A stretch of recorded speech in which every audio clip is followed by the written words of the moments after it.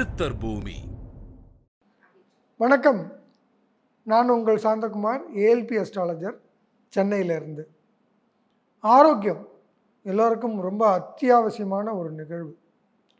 ஆரோக்கியன்றதுக்கு ரொம்ப முக்கியமான விஷயம் உணவு. உணவே மருந்துன்னு சொல்லுவாங்க, கேட்டிருப்பீங்க. உணவு ரெண்டாம் பாவகம். இந்த ரெண்டாம் பாவகம் என்னுடைய அமைப்பு நல்லா இருந்தால் மட்டும்தான் ஆரோக்கியம். அதுவும் 1 அப்படிங்கிற பாவகமும் ரொம்ப முக்கியம். இந்த 1, 2 ரொம்ப ரொம்ப ஒன்றுக்கு ஒன்று தொடர்புடைய விஷயங்கள். எண்ஜான் உடம்புக்கு சிரசை பிரதானம்னு சொல்லுவாங்க, கரெக்டாக? அப்போது இந்த எவ்வளோ பெரிய உடம்பாக இருந்தாலும் இந்த வாயு சரியாக இருந்தால் மட்டும்தான் அந்த உடல் முழுக்க ஆரோக்கியன்றது ஆரம்பம். ஜீரணம் அப்படின்னு பார்த்தீங்கன்னா அது ஆரம்பம் 2ஆம் பாவகம். முழு ஜீரணம் அப்படிங்கிறது 6ஆம் பாவகம், சரிங்களா? உணவு கெட்டு போனால் அதை ஜீரணம்னு சொல்கிறோம். உணவு கெட்டு போகிறத ஜீரணம்னு சொல்கிறோம். நல்லா புரிஞ்சுக்கோங்க. ஏன்னா உணவு கெடணும். உணவு கெடணுன்னா சாப்பிடும்போது தண்ணி குடிக்கக்கூடாது. சாப்பிடும்போது தண்ணி குடிக்கக்கூடாது. இந்த தண்ணி என்ன பண்ணுன்னா வயிற்றில் இருக்கிற அமிலம், செரிக்கக்கூடிய ஹைட்ரோக்ளோரிக் அமிலம் உற்பத்தி பண்ணாதான் பசின்ற உணர்வு உருவாகுது. இந்த பசிக்கு ஹைட்ரோக்ளோரிக் அமிலம் தயாராக இருக்குன்னு பிரெயினுக்கு தகவல் கொடுத்து உணவு ஏதாவது சாப்பிடணுன்னு இன்ஸ்ட்ரக்ஷன் வர்றது தான் நம்ம பசின்ற உணர்வு, சரிங்களா? சாப்பிடும்போது தண்ணி குடிச்சிட்டா அந்த தண்ணி அந்த ஹைட்ரோக்ளோரிக் அமிலத்தை டைல்யூட் பண்ணுறதுனாலேயே செரிமானமாகாத உணவு அப்படிங்கிற நிலை உருவாகும். இதனுடைய தாக்கங்கள் தான் தொப்பை அப்படிங்கிற நிலை வரும். உணவு செரிமானம் இல்லாத நிலை தான் தொப்பை அப்படிங்கிறது 6. இதுதான் இந்த தொப்பை அல்லது அடிவயிறு அல்லது குடல், இதுதான் ஆரோக்கியமும் அங்கே தான், நோயினுடைய ஆரம்பமும் அங்கே தான். வயிறு கெட்டு போனால் நோய். அப்போது உணவை மருந்து மாதிரி உட்கொள்ளணும். உணவே மருந்தாக மாற்றணும். நம்ம சாப்பிட்ற உணவுகளை தேர்ந்தெடுத்து சாப்பிடணும். ருசிக்காக தான் சாப்பிட்றோம். ருசிக்காக சாப்பிட்றோமோ பசிக்காக சாப்பிட்றோமோ? நிறைய நேரத்தில் பசிக்காக தான் சாப்பிட்றோம், ருசிக்காக தான் சாப்பிட்றோம், பசிக்காக சாப்பிட்றது இல்லை. ருசி கண்டு சாப்பிட்றோமே தவிர என்ன தேவை அப்படின்னு பார்த்து சாப்பிட்றோமோன்னா இல்லை. அப்போ உங்கள் நாக்கு ஒரு நல்ல இண்டிகேட்டர். 2ஆம் பாவகம் உங்கள் ஆரோக்கியத்தினுடைய ஆரம்ப புள்ளி. அதனால தான் 2 பற்றி பேசுகிறேன். எல்லாம் 6 பற்றியே பேசுவாங்க. ஆனால் நான் என்ன சொல்லுவேன்னா 2 தான் ஆரம்பம். உங்கள் நாக்கு ஒரு வடை சாப்பிட்டு 2வது வரை நல்லா இருக்குதுன்னு இன்னொரு வடை தேடுதுன்னாலே உங்கள் ஆரோக்கியம் சரியில்லைன்னு அர்த்தம். நாக்கு சொல்லணும், எனக்கு பாயசம் 1 டம்ளர் குடித்தேன், 2வது பாயசம் குடித்தேன், திகட்டுதுன்னு நம்ம சொல்லுவோம். இனிப்புக்கு திகட்டும். அந்த மாதிரி எல்லா சுவைக்கும் திகட்டுதல் இருக்குது. ஆனால் நாக்கு சொல்லணும். சொல்லலைன்னா உங்கள் நாக்கு சரியில்லை, உங்கள் குடல் சரியில்லைன்னு அர்த்தம். இந்த குடல் சரியில்லைன்னா நீங்கள் மலம் இழக்கணும், மோஷன் ஃப்ரீ ஆக்கணும், அதுக்கு செரிமானத்துக்கு கொடுக்கணும். ஏகாதசி விரதம் இருக்கிறது ரொம்ப முக்கியம். இதுக்கு தான் ஏகாதசி விரதம். அதாவது 15 நாளுக்கு ஒரு முறை ஒரு நாள் ஃபுல்லாக விரதம்.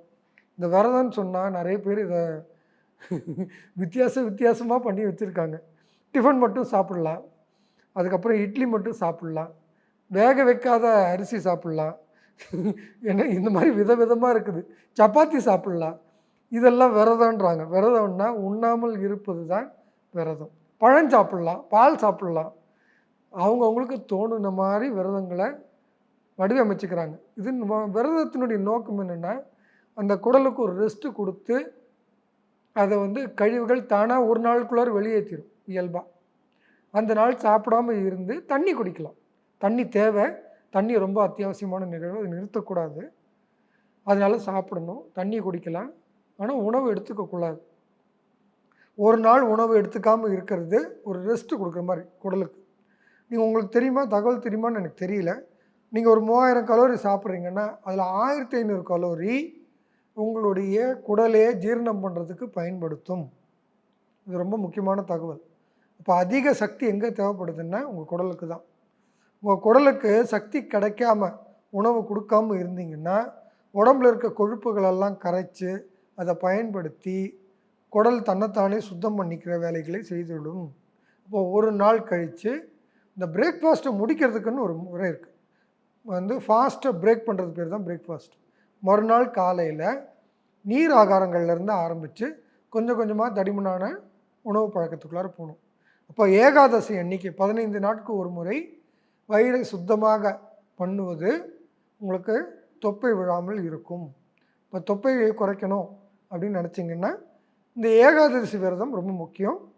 உணவு பழக்கங்கள் முக்கியம். உங்கள் வாய்க்குள்ளே என்ன போகுதுன்றது உங்கள் உணர்ச்சிகள் மூலமாகவா அறிவு மூலமாகவான்னு பாருங்கள்.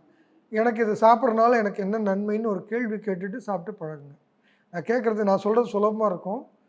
ஆனால் உங்கள் வாய் கெட்டு இருந்தால், வயிறு கெட்டு இருந்தால் வாய் கெடும். வாய் கெட்டால் அது இஷ்டத்துக்கு சாப்பிடும். நாக்கு கேட்குற மாதிரி சாப்பாடு சாப்பிடக்கூடாது. ருசியாக சாப்பிடணும். சாப்பிட்றது தப்புன்னு சொல்லலை. நான் ஒரு உதாரணத்துக்கு சொல்கிறேன். குழந்தைக்கு அந்த காலத்து குழந்தைங்க பண்ணணும், இப்போ இந்த காலத்து குழந்தைங்க பண்ணுறது இல்லை. அதுக்கான சந்தர்ப்பங்கள் இல்லை. இந்த காலத்து குழந்தைங்களும் கொஞ்சம் ஏழை குழந்தைங்க இது பண்ணும். என்ன பண்ணும் அப்படின்னா, கால்சியம் பற்றாக்குறை இருக்க குழந்தைகள் செவுத்தில் சுண்ணாம்பு அடிச்சிருந்தால் போய் நக்கும். இந்த நாக்குக்கு சுவையை கண்டுபிடிக்கக்கூடிய தன்மை, அதுக்கு என்ன பற்றாக்குறையோ அது சார்ந்த உணவுகளை தானாக தேடி போய் தின்னும். ப்ரெக்னெண்ட்டாக இருக்கிறவங்க, கர்ப்பிணி பெண்கள் தானாகவே சாம்பல் சாப்பிட்றதும் கால்சியம் பற்றாக்குறையினுடைய அடையாளம். இது அந்த ப்ரெக்னெண்ட்டாக இருக்கிறதுனால அதிக கால்சியம் தேவைப்படும். பற்றாக்குறை ஆகும்போது எதில் கால்சியம் இருக்குதோ அந்த மாதிரி உணவுகளை சாப்பிட்றதுக்கு முயற்சி பண்ணுவாங்க. அது இயல்பாக நீங்கள் என்ன தான் ஒழித்து இதை தின்னக்கூடாதுனாலும் தின்னுவாங்க. இதை குழந்தை செய்யும். அதாவது ஒரு ப்ரெக்னென்ட் லேடிக்காவது அறிவு இருக்குதுன்னு சொல்லலாம். ஒரு பேச்சு வராத குழந்தை ஆனால் செவுத்து போய் நக்கும். அயர்ன் பற்றாக்குறை இருக்க குழந்தைகள் மண்ணை போய் சாப்பிடும். மண் எடுத்து அப்படியே சாப்பிடும். என்னெல்லாம் நமக்கு மண்ணுக்குள்ளார மேக்னெட்டை போட்டு உருட்டினா மேக்னெட்டில் இரும்பு ஒட்டுன்னு எல்லாருக்கும் தெரியும்.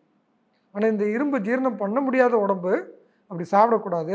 அதனால் குழந்தைங்கள மண் சாப்பிட விட மாட்டோம். அது வேறு விஷயம். ஆனால் அந்த நாக்குக்கு என்ன சாப்பிடணும்னு தெரியும்.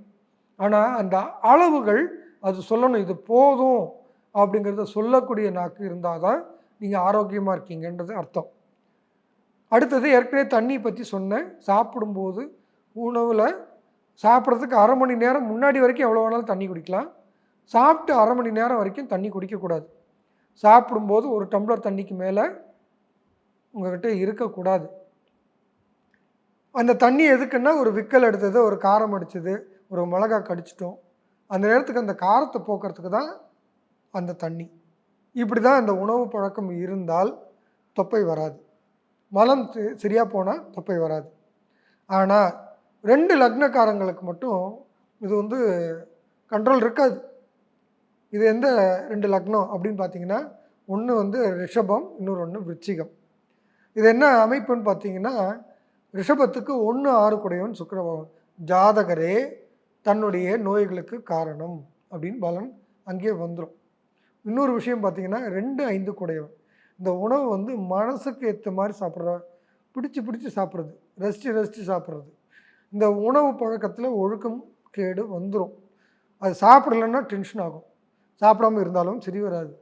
இப்படின்னு உணவு கட்டுப்பாடை இழக்கக்கூடிய சந்தர்ப்பம் இந்த 2 ராசிகளுக்கு இருக்கும்.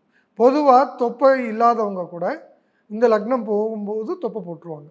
அதனால் இந்த இடத்துல அந்த 2, 5 குடைய புதனோ அல்லது இதே மாதிரி விருச்சிகத்துக்கு பார்த்திங்கன்னா 1 காரக்குடையவன் சுக்கிரனாக இருக்கார். நோய்களுக்கு ஜாதகரே காரணம், ஜாதகரோட சிந்தனையே காரணம். ரொம்ப டென்ஷனாக சிந்திச்சுக்கிட்டு இருந்தாலே அந்த டென்ஷனில் யாரையாவது கடிக்கணும், திட்டணும், கோபத்தை காட்டணும். அதை காட்ட முடியாத இடத்துல இருக்கும்போது கோபத்தை கண்ட்ரோல் பண்ணும்போது வயிற்றில் இருக்கிற அமிலங்கள் அதிகமாக சுரந்து அதுவே ஜீரணத்தை அதிகம் பண்ணி, கொஞ்சம் சாப்பிட்டேன் ஆனால் கூட அதிகமாக ஜீரணமாகும். அப்போ இந்த மாதிரி நிலைமை இருக்குதுன்னா, அதிக டென்ஷன் ஆகிறதுனால அதிக செரிமானம் இருக்குதுன்னா, கொஞ்சம் சாப்பாடை 6 வேளையாக பிரித்து சாப்பிடணும். அப்படி இருந்தால் இந்த தொப்பை விழுதல், வெயிட் அதிகம் பண்ணுறதை தவிர்க்க முடியும்.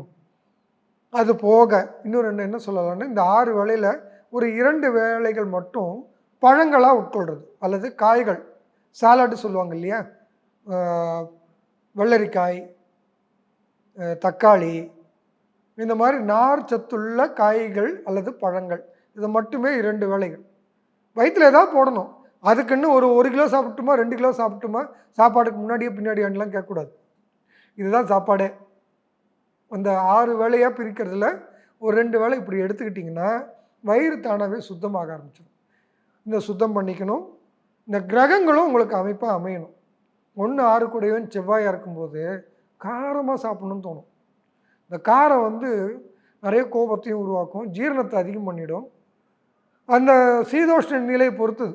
இதுவே யூஎஸ்லேயோ இல்லை ஒரு பனிப்பிரதேசத்துலையோ இருக்காங்க, யூகேயில் இருக்காங்கன்னா அவங்களுக்கு அந்த காரம் தேவை, தப்பில்லை. ஆனால் இங்கே இந்தியாவில் இருந்துட்டு இவ்வளோ காரம் சாப்பிட்டோன்னா அதுக்கு தகுந்த மாதிரி உழைக்கணும். உழைப்பு இல்லாமல் சாப்பிடுவதால் எடை கூடுதல் அப்படிங்கிறது. சாப்பிட்ட உடனே தூங்குறது ரொம்ப ரொம்ப டேஞ்சரஸ், ஆரோக்கியத்துக்கு ரொம்ப கேடான விஷயம். இது என்னென்னா, இந்த விருச்சிக ராசிக்கு 2 5 கூடையவன் குரு பகவானாக அமைஞ்சிடுறார். இந்த குரு பகவான் கொழுப்பினுடைய காரகத்துவம் பெற்றதுனாலேயே கொழுப்பான உணவுகளாக சாப்பிட்டு அப்படியே மலைப்பாம்பு மாதிரி அப்படி ஒரு சொக்கிறது. சாப்பிட்ட உடனே சாப்பிட்ட இடத்துலையே படுத்துருவாங்க பல பேர்.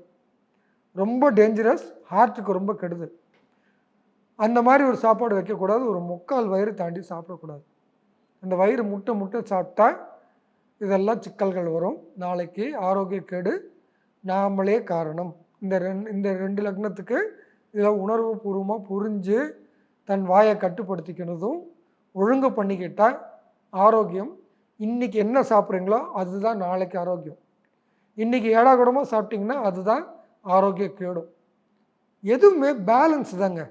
உலக வாழ்க்கை ஃபுல்லாகவே ஜோதிடம் புரிஞ்சுதுன்னா உங்களுக்கு பேலன்ஸ்னால் என்னென்னு புரியும். எல்லாமே தேவை. ருசிக்கு சாப்பிட்லன்னா அப்புறம் எதுக்கு சாப்பிட்றோம்? நிறைய பேர் இப்படியும் பார்த்துருக்கேன். இது சாப்பிட்டா உடம்பு கட்டுப்படும், அது சாப்பிட்டா கட்டுப்படும்னு எதையுமே சாப்பிட மாட்டாங்க. அதுவும் ஆரோக்கிய கேடு தான். நல்லா புரிஞ்சுக்கோங்க. நான் ஒரு இனிப்பை பார்த்தேன், சாப்பிடணுன்னு ஆசை வந்தது, சாப்பிடாமல் விட்டுட்டா நான் கண்ட்ரோல் பண்ணிட்டேன்னு நினைக்கிறீங்க.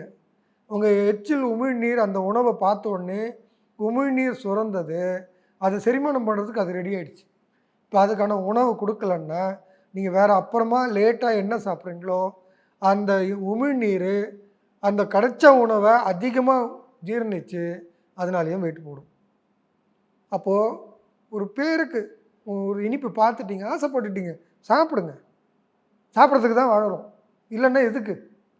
சாப்பிட்றதானா அந்த லிமிட்டில் நிறுத்துங்க.